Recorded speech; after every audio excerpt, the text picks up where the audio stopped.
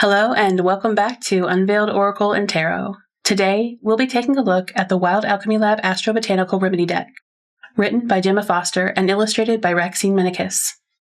Released in the summer of 2023, this deck is caught somewhere between a field guide, a recipe book, and an oracle.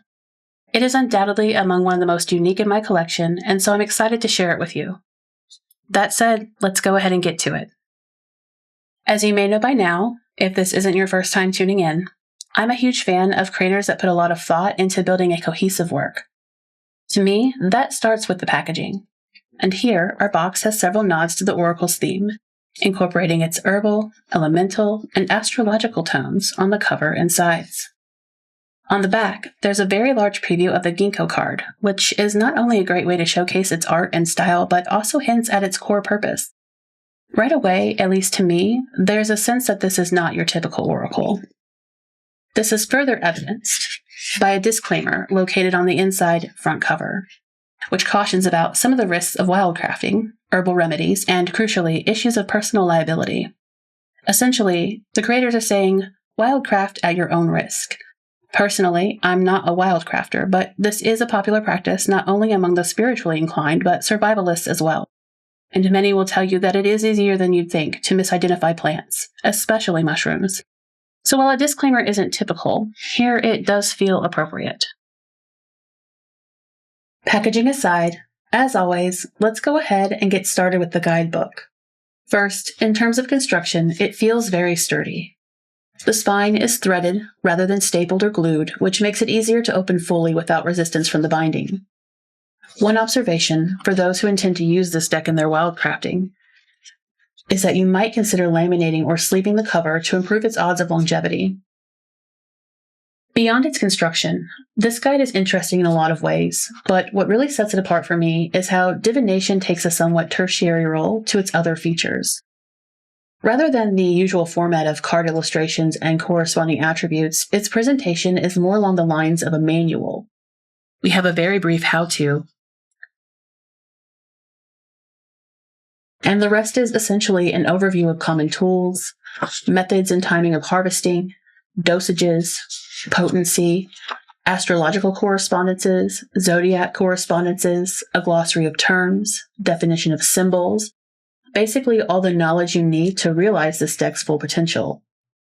Now, even though the Oracle's divination or self-reflection aspects are not found in the guidebook, it's still a vital tool for understanding each card's attributes, and I'll show you what I mean as we move on to talk about the cards.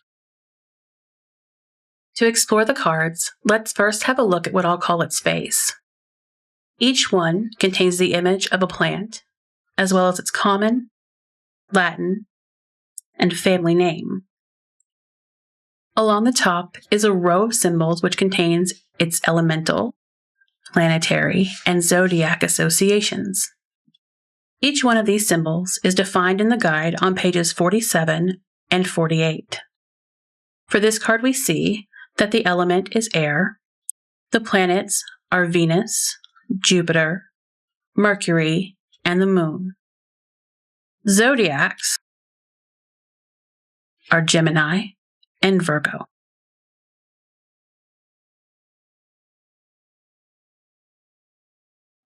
On the flip side is where the bulk of the divination resides. Beneath the title of the remedy, the card tells us what it's for, in this instance, inspiration. Below, we have an italicized paragraph that goes into detail on some of the plant's lore and, more importantly, its magical and energetic connotations. In the upper right-hand corner, there's a symbol which indicates what type of remedy this is. And using our guide for reference, we see that it is to be consumed as a hot beverage. Beneath that, we have a list of ingredients, including the plant on the face of the card. Below, we have instructions. Timing is also explained, as well as precautions and other steps. This oracle is 1 part National Geographic, 1 part cookbook, and 1 part chemistry. Finally, at the bottom, there's some additional information about the plant, including its type, habitat, energetics, and any applicable warnings, as some plants must be handled more carefully than others. In this instance, there's caution regarding rowan berries, the seeds of which are toxic and must be removed. Before we move on, I'm going to hold the guide open for a minute so that those of you who wish to get a better understanding of the variety of remedies included in the deck can get a screenshot of the back of the cover here and explore it with me as we flip through the rest of the cards.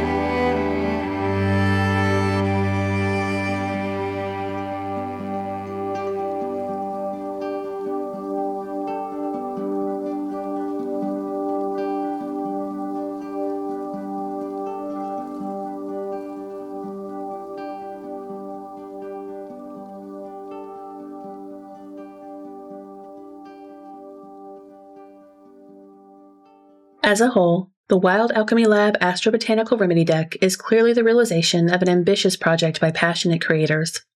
As always, I'd love to know your thoughts on today's oracle or suggestions for other cards you'd like to see on the channel. Otherwise, if you found this video helpful or enjoyable, please support the channel with a like and subscribe to get notified when I unveil the next. Until then, thanks again, and I hope to see you next time.